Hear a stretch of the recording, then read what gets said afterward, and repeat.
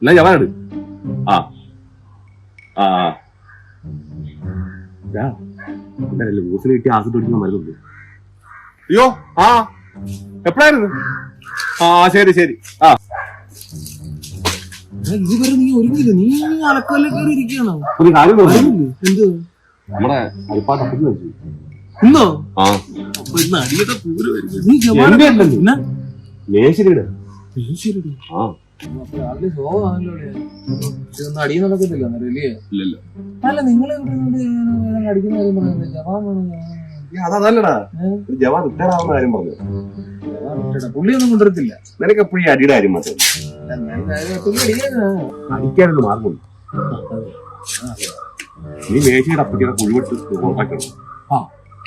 അപ്പൊ നിന്റെ അടി നടക്കും, നിനക്ക് കാശ് കിട്ടും. വേണേ ഞങ്ങളോട് വരാം. അല്ല വേണ്ടേ, വേണ്ട വേണ്ട, അത് ഒരാളിനുള്ള പണിയെ കാണത്തുള്ളൂ. സാറെ കുഴി കിട്ടിയാ പോരാ. എന്നാ പോയിട്ട് വരാളിയാ.